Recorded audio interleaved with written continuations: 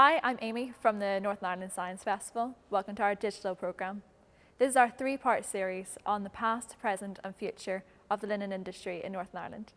If you like what you see, remember to hit that subscribe button.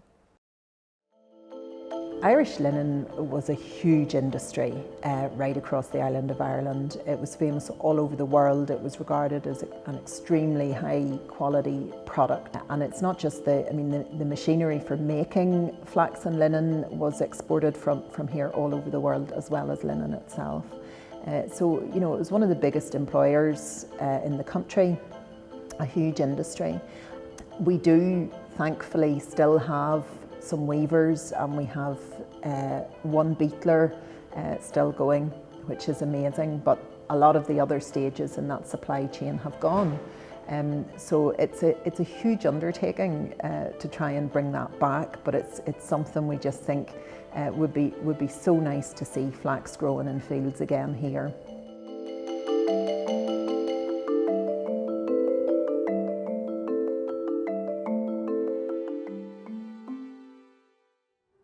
Mallon linen really started with Mallon Foundry. We make bronze sculptures and have been doing that for quite a few years. And we went looking for some Irish linen to package the bronze sculptures in. And that just got us really interested in Irish linen. We started asking lots of questions about where it came from. And we realised that nobody was really growing flax for linen in Ireland anymore. And we just thought that was a bit strange and a bit sad, and we wondered if it was something we could have a go at. My husband Charlie has this farm in Tyrone, and we knew that flax had been grown on the farm before, and there was this great story in the family that Charlie's grandfather had bought a second farm of land and had grown flax on the farm, and that the flax was so profitable that it had paid for the second farm of land in the first year. So we knew it had been grown here successfully, and we just quite naively, I think, thought, let's give it a go and see what happens. So we planted our first acre of flax. We did everything wrong. We planted the wrong variety, we planted it at the wrong seeding rate, and did lots of things wrong, but we learned loads. And we harvested that, and so that was the start of it, and we've been growing every year since then. So we've harvested our third year. This will be our fourth, and every year we're getting a little bit better at it now.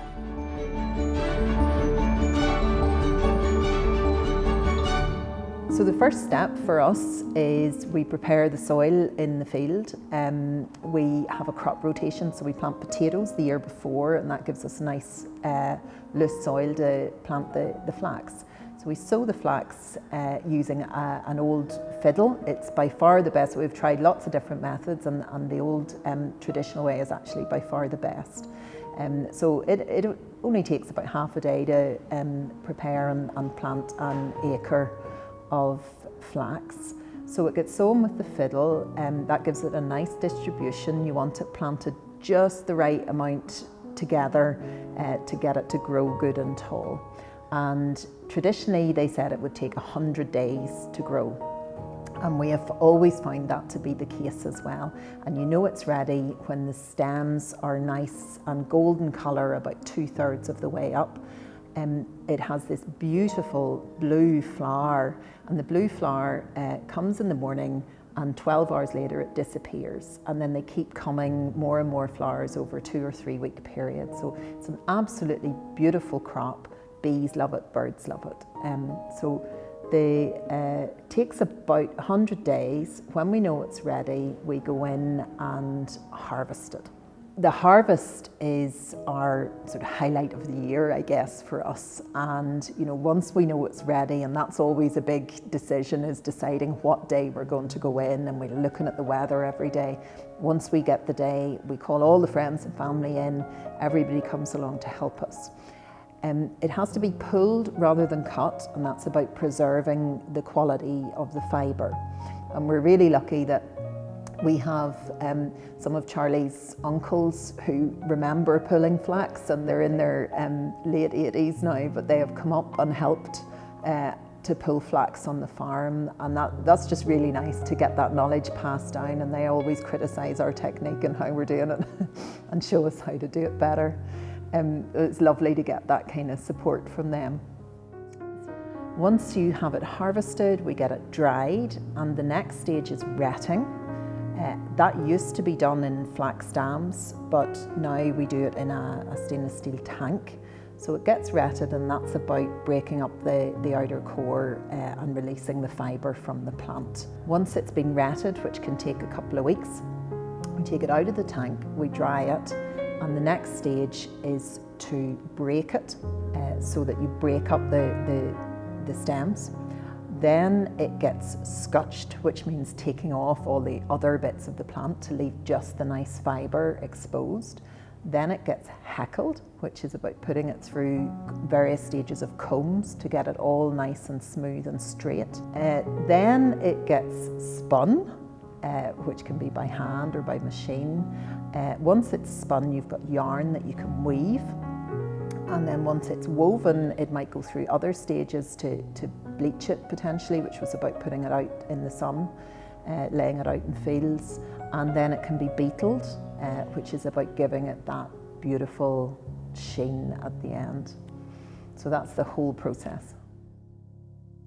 So we started off by going and talking to potential customers about, just to see if there was market potential for a product like this before we got too far down the route. It's always good to do a bit of research at an early stage. And what was really interesting to us was that actually, sure, people were interested in buying Irish linen again, or Irish grown linen. But actually what was far more interesting to people was the fact that it could be grown in a way that is really, really sustainable. It's a fantastic textile from that point of view, and a lot of other textiles can be really damaging for the environment in their production, whereas linen can be produced in a really sustainable way. We're really focused on making sure that it's grown and processed in a way that's really sustainable. And in the past, one of the real issues with the process was around the retting stage. Because when it rots down, the water that's left behind could be really damaging if it's led away into rivers. And that's what used to happen. There were flax dams on farms all over the country, and the flax would get put into the flax dam, weighted down with stones. It would rot down over a period of 2 or 3 weeks. And the problem was that all of that water, with all of that material in it, when that was all released into the river in one go, it would be really damaging for the fish in the river. And actually, if you look at the water quality in the rivers, in this catchment, for example, the decline in water quality in the river is directly correlated with the rise of the linen industry. There's a clear correlation in those two things. So it was really important for us that we look at how we can do that differently, and it's actually really possible to do it on farms nowadays, because a lot of the equipment that we have nowadays we can use to treat that water. So what we're doing, we worked with the local Rivers Trust to make sure we were doing this right. We got big cheese vats, which we've upcycled basically into retting tanks. So all of the flax goes into the cheese vat. It is filled up with rainwater, harvested rainwater, so we're not using any mains water in the process. We leave it in there for a couple of weeks until it's retted, and then we're able to draw that out with a slurry tanker, spread it over the field. It makes a really good liquid fertiliser, so we're actually putting all of that plant matter back into the soil, and that helps the crops for future years.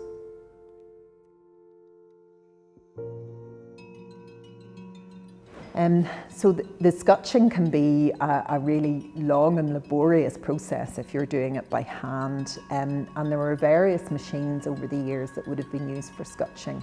So the first version is just a hand version where you were doing it with a sort of paddle, and that would take an awful long time to do any quantity of flax. Subsequent to that, there were water-driven scotching turbines. And they were obviously much quicker and much more effective, but it was actually really dangerous as well, because people were having to come in contact with these very fast moving turbine blades. And there's lots of stories about terrible injuries from the scutching mills that were water driven. The next stage up is the sort of 1940s Mackey's scutching turbine. There were various models of scutching turbines released around the 1940s, and they are, very, very efficient, and we are expecting that we should be able to process maybe about, certainly our acre that we grow every year, we should be able to put that through in, a day easily. So that will massively speed up our process.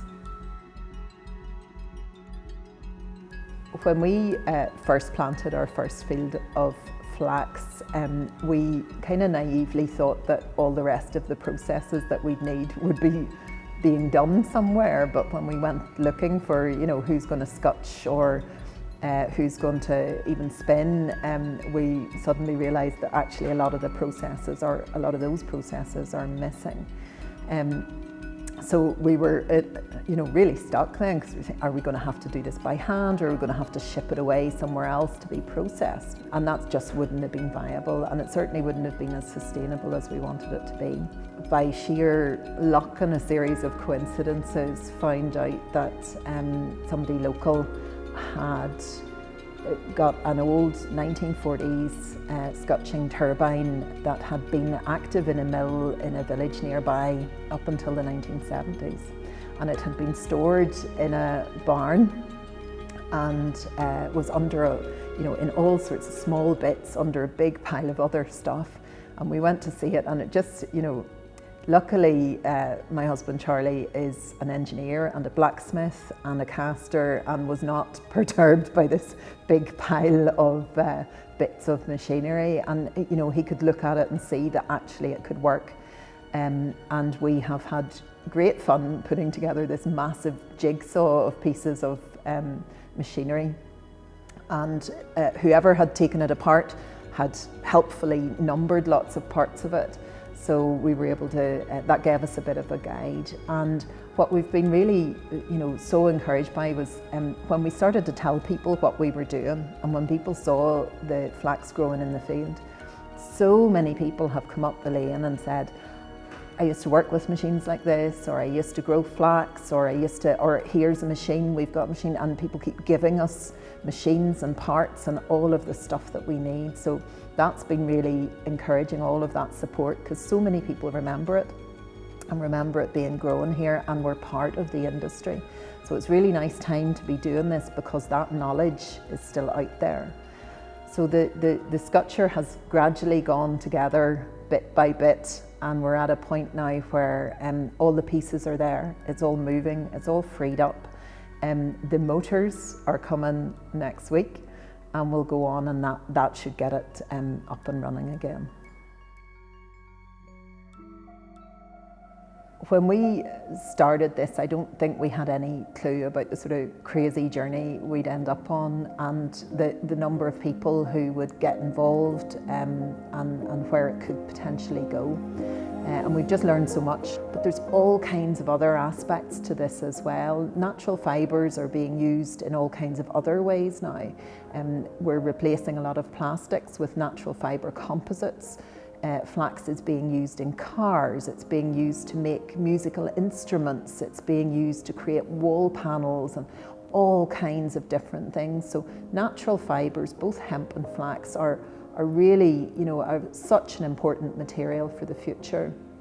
And when we restore the scutching machine, we really hope that lots of other farms might consider growing flax as well, and that we'll be able to process it for them. So, there'll be that part of the supply chain back in Northern Ireland, and we can work with other farms and hopefully someday with spinning mills and spinners to make that whole process work again.